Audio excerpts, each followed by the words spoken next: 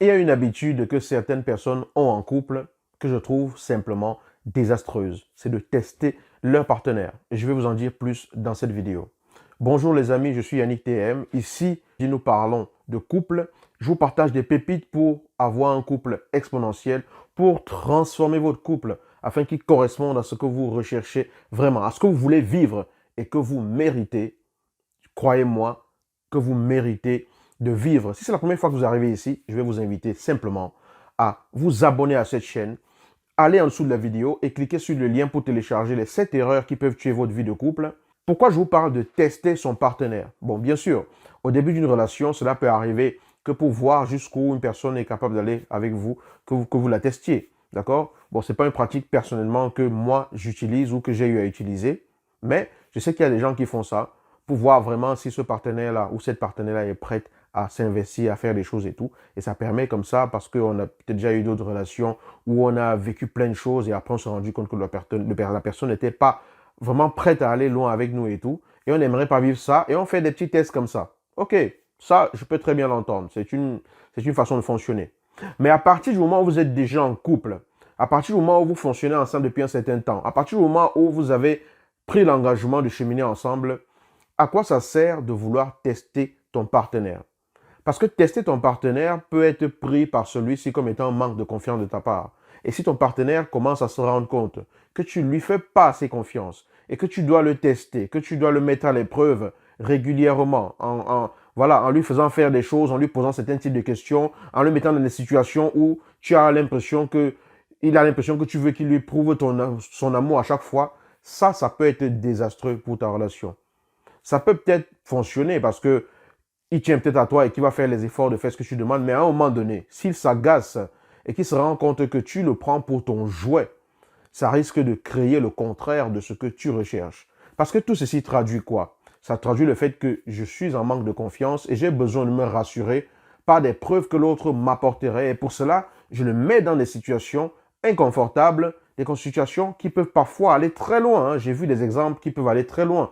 Des femmes qui envoient leurs copines séduire leur partenaire pendant 1, 2 semaines simplement pour voir si celui-ci est fidèle et tout. Mais croyez-moi, même la personne la plus forte qui soit, si elle se retrouve dans certaines conditions et que ces conditions sont réunies et qu'elle ne fait pas attention, si elle n'a pas la force de s'extirper et tout, elle peut commettre ce que vous vouliez justement voir si elle peut commettre. Et après, vous allez dire, oui, il a fait ci, il a fait ça. Il ne faut pas créer les situations d'inconfort pour l'autre. Il ne faut pas créer des situations, utiliser l'autre comme s'il était un jouet entre vos mains. Si votre relation est établie, si vous êtes en couple et que vous avez décidé d'avancer ensemble, tester l'autre ne montre que une chose, votre inconfort, votre manque de confiance, votre peur de perdre l'autre. C'est normal d'avoir peur de perdre l'autre. Je peux comprendre cela. Il n'y a pas de jugement dans cela. Mais ce qu'il faut faire, c'est travailler sur soi. Travailler sur soi et accepter le fait que l'autre ne pourra jamais être totalement sous votre contrôle. Vous ne pouvez pas contrôler comment la personne avec qui vous êtes va se comporter. Vous ne pouvez pas décider ce qu'elle va penser ou avec qui elle va être ou avec qui elle va parler. Et en vous comportant comme quelqu'un qui est déchaîné par des furies, vous allez finir par pousser cette personne à se refermer sur elle-même. Ne teste pas ton partenaire. Ne le mets pas dans des situations inconfortables simplement pour voir jusqu'où il peut aller.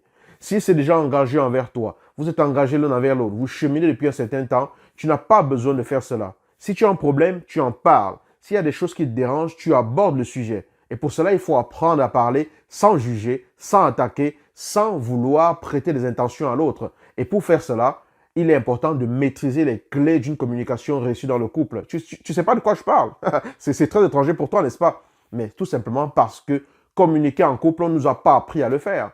On ne t'apprend pas à l'école comment vraiment communiquer. Tu arrives dans le couple, tu es sur le tas et tu penses que parce que tu suspectes l'autre, tu dois multiplier des choses pour le tester. Ou tu penses que parce que tu es inconfortable et que tu as peur, c'est même en fait ça la vraie situation. Tu penses que c'est parce que tu as peur de perdre l'autre que tu dois tester l'autre pour t'assurer que l'autre est aussi fiable que tu aimerais. Non. Si tu as un problème, tu en parles. Et pour savoir comment parler, tu apprends à le faire. Si tu ne sais pas comment faire pour apprendre à le faire, tu vas sous la vidéo, tu cliques sur le lien, tu me contactes et ensemble, on voit où est-ce que tu en es, on voit ce que tu veux améliorer dans ta relation. Je t'apporte des pépites pour pouvoir y arriver et tu verras que tu transformes ta relation de couple instantanément. À partir du moment où le travail commence, à partir du moment où le mécanisme se met en route, à partir du moment où on commence à faire ce qu'il y a à faire, ta vie de couple, elle change. Parce que ça se met en place de façon pratique. Maintenant, tout dépend de toi. Soit tu te mets à le tester, et à un moment donné, il en a marre et qu'il finisse tout simplement par te dire « je préfère qu'on arrête là » et donc tu auras le contraire de ce que tu recherchais. Soit tu te soignes en décidant d'aller mieux, en décidant de lâcher prise, de lâcher un peu de lest, d'arrêter de vouloir un peu avoir du contrôle sur l'autre et tout. Et là, tu donnes de l'oxygène à ta relation et que ta relation puisse vivre. Tout dépend de toi. Je peux t'aider, je peux te proposer mon aide et tout. Tout dépend de toi. Tu vas sous la vidéo et tu me contactes. Mais si tu penses savoir comment ça fonctionne, alors je te souhaite à ce que tu mettes vraiment ça en pratique dans ta relation.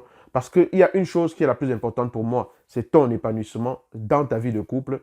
Parce que je suis persuadé que les couples épanouis donnent des résultats dans tous les domaines de la vie. Lorsque tu retrouves de la force auprès de la personne que tu aimes, tu as les ailes pour pouvoir surmonter, survoler n'importe laquelle des montagnes. Alors, aie plus confiance en toi. Apprends à lui faire confiance. Communique comme il faut. Je vous dis à très bientôt dans la prochaine vidéo.